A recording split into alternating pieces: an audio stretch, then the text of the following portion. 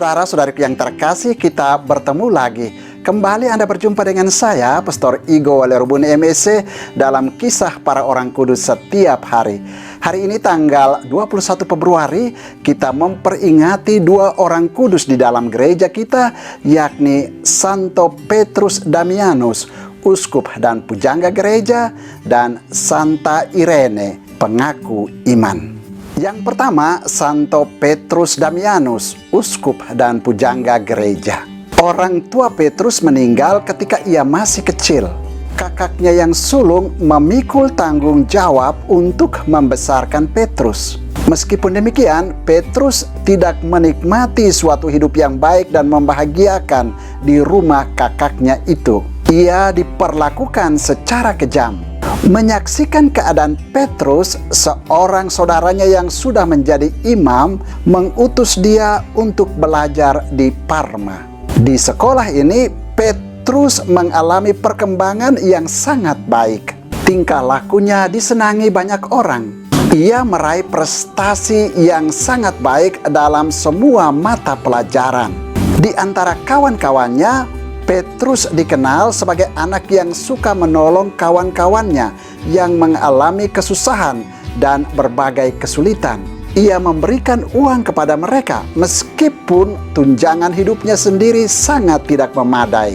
Setelah menjalani suatu sejarah hidup yang kelam dan panjang, ia akhirnya ditahbiskan menjadi imam. Tekadnya sebagai imam ialah tidak mau mengabdi Tuhan setengah-setengah. Karena itu, ia mengambil keputusan untuk meninggalkan segala-galanya lalu menjadi seorang rahib di pertapaan Fonte Avellana. Kebijaksanaan, kepandaian, dan kerendahan hatinya membuat dia disenangi oleh semua rahib di pertapaan itu. Akhirnya, ia diangkat menjadi pemimpin pertapaan itu. Dalam kedudukannya sebagai pemimpin, pertapaannya mengalami perubahan-perubahan yang menggembirakan. Ia juga sering diminta untuk membantu membereskan masalah-masalah yang menimpa biara-biara lain. Ia pun diangkat menjadi penasehat pribadi untuk 7 orang paus. Karena semua prestasinya itu, Petrus Damianus akhirnya dipilih menjadi uskup dan kardinal di Ostia oleh Paus Stefanus ke-9. Jabatan mulia ini kemudian diletakkannya kembali karena ia lebih suka hidup menyendiri di biara pertapaan Fonte Avellana. Sungguh pun Petrus dikenal luas sebagai seorang intelektual, ia tetap menampilkan dirinya setara dengan kawan-kawannya. Ia dengan senang hati mengerjakan tugas-tugas dari biaranya, mengikuti aturan-aturan yang berlaku, menyelesaikan pekerjaan-pekerjaan tangan seperti membuat sendok dari kayu dan memperbaiki keranjang. Pada tahun 1072, Petrus Damianus meninggal dunia. Tulisan-tulisannya tentang berbagai soal iman sangat bermutu dan menjadi warisan gereja yang bernilai tinggi. Oleh gereja, Petrus Damianus dihormati sebagai pujangga gereja. Orang kudus kedua yang juga kita peringati pada tanggal 21 Februari yakni Santa Irene, pengaku iman. Irene adalah seorang putri berkebangsaan Romawi yang hidup pada permulaan abad keempat. Ia menikah dengan Castulus dan dikaruniai beberapa orang anak. Pada masa pemerintahan Kaisar Maximianus, Castulus dibunuh karena mengizinkan pertemuan umat Kristen di rumahnya. Irene sendiri bersama 2 orang anaknya ditangkap dan ditawan. Kedua anaknya meninggal di penjara karena serangan wabah malaria. Ketika Maxentius merebut takhta dari ayahnya, Irene dibebaskan. Namun, Maxentius dibenci rakyat karena tindakannya yang sewenang-wenang dan tidak adil. Irene terus saja ditimpa ketidakadilan. Ketika Valeria, gadis keponakan Irene, dipinang oleh putra bendaharawan negara, seorang pemboros dan pemabuk, Irene dengan tegas menolak lamaran tersebut. Ibu Valeria telah meninggal dunia sebagai korban kebenaran, sedangkan ayahnya ditawan karena imannya. Karena itu, Irene bertindak sebagai pengasuh dan pembela Valeria dan menolak, bahkan mengusir dengan tegas pesuruh yang datang melamar Valeria.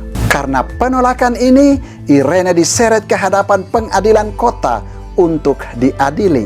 Di sini, dengan berani, Irene menjawab setiap pertanyaan hakim dengan berkata, "Mengapa saya dihadapkan ke sini? Belum cukupkah penghinaan terhadap keluargaku? Kami ditangkap dan ditahan.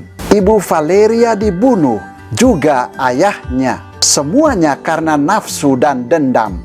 Dan sekarang, apakah Valeria lagi yang akan disiksa karena menolak keinginan pemboros dan pemabuk itu? Tidak, selama aku masih hidup, sekali-kali hal ini tidak akan terjadi."